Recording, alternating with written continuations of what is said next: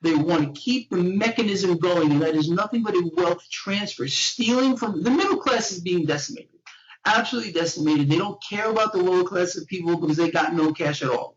The middle class has the bulk of the money. They're finding every way that they can to redistribute that wealth or steal it from the middle class and push it to the upper echelon of society. We're watching something unfold here. We have been for quite a while. That is absolutely epic and is going on right into people's noses, and that is a creation of a two-tier society. We are not going to have a middle class in a few years. This next crash, which is coming in the equity market, when the debt bubble bursts, in my opinion, we're going to see a crash here that is going to make everyone before it look like child's play. As a responsible person with growing concerns for your privacy and personal liberty, you want to know where we're headed and what you can do about it. We ask the experts what you need to do to take prudent and responsible action to safeguard your family's wealth and well-being, and what basic first steps will help you to be aware and prepared. ReluctantPreppers.com. Welcome back, Reluctant Preppers. Today we have a special guest, Gregory Mannarino, a former stock and equities trader with the trading arm of Bear-Stearns Incorporated. He's with us. He's also an expert on the current trends in the financial markets.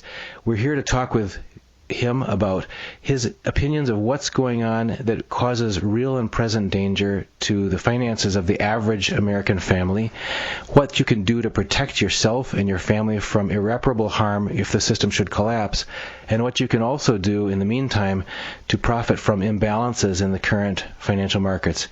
Gregory, thank you for joining us. Thank you for having me. I'm glad to be here. Appreciate it. So, Greg, a lot of the viewers on our channel are concerned about the risks that are present in the current financial system, and I wonder if you could just give us an outline of what you consider to be the gravest risks to individual families' finances today, and maybe some of the causes that you see of those risks in the broader financial markets and systems, and then we'll take it from there. Sure, absolutely. I would say, honestly, the number one risk is not understanding how the system works. And the number one thing people need to understand is this is completely and absolutely rigged against them. It's not taught in schools. People don't understand really what is probably, one of the most important things they're going to end up engaging in throughout their entire life, and that is the pursuit of, I guess, wealth in one form or the other, or the pursuit of just trying to get by here. We have a system that at its core is designed to create debtors, not wealth.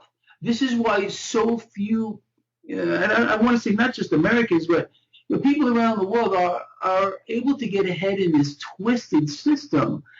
And without people having just a basic understanding that we have a debt-based economic model that is designed to create debt and debtors, if they don't just understand that, they're just frankly doomed, and they're going to get duped and taken advantage of by the Wall Street banks, by the world central banks, and everything else as well. So with that said, and in the current state of affairs that we have here, we have to understand this. At its most basic level, the greatest risk to the system is the system itself, and that is the relentless acquisition of debt in perpetuity. That's the basis of the system.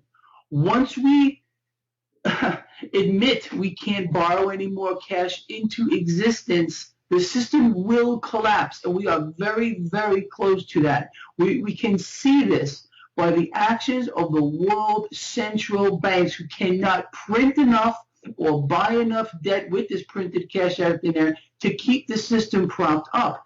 And the Federal Reserve has not stopped their quantitative easing program, despite what they're trying to force feed us. This must be understood at its most basic level.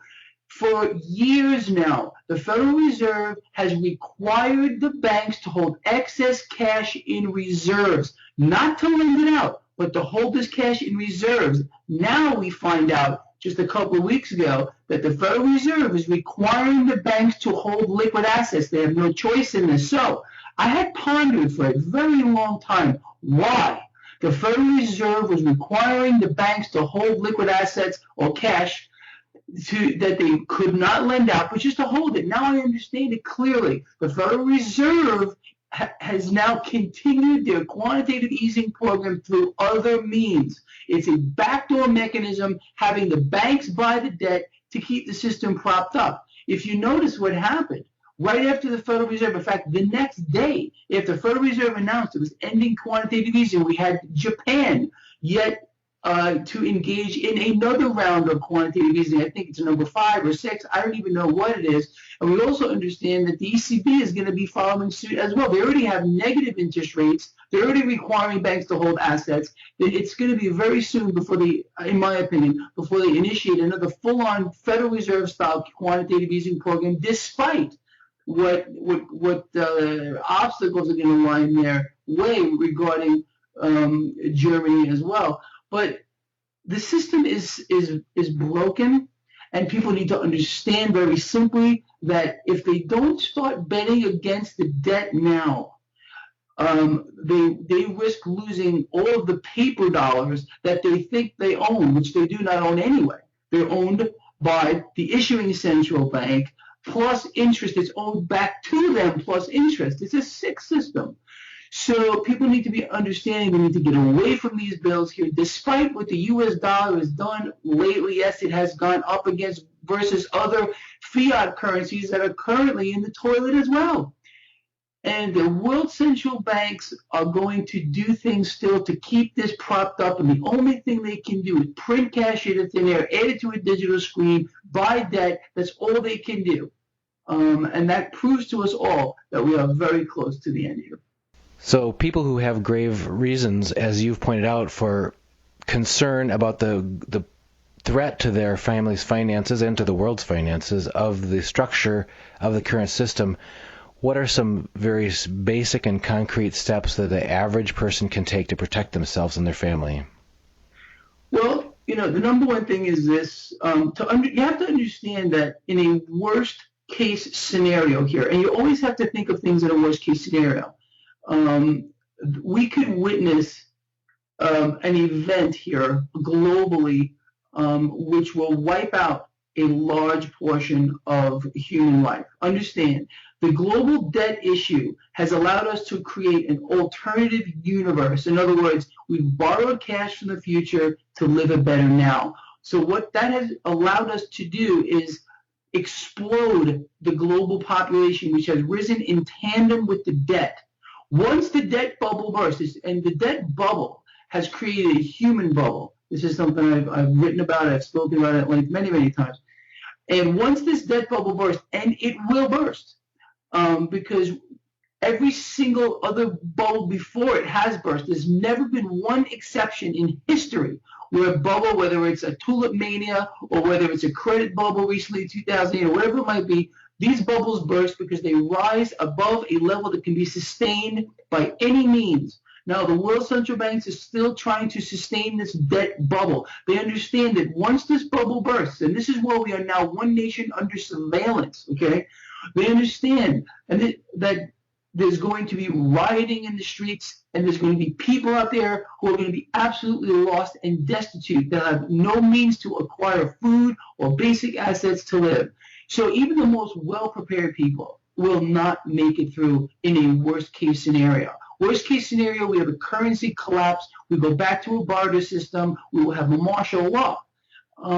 This is a distinct possibility here. We're already seeing threats to the petrodollar system, which, it's all part of a farce here. And this is going to lead to global war. So what people need to understand, again, at its basic level is this. Become your own central bank. This is what I've been saying since I sat down in front of a computer and started blogging and writing books and everything else I do.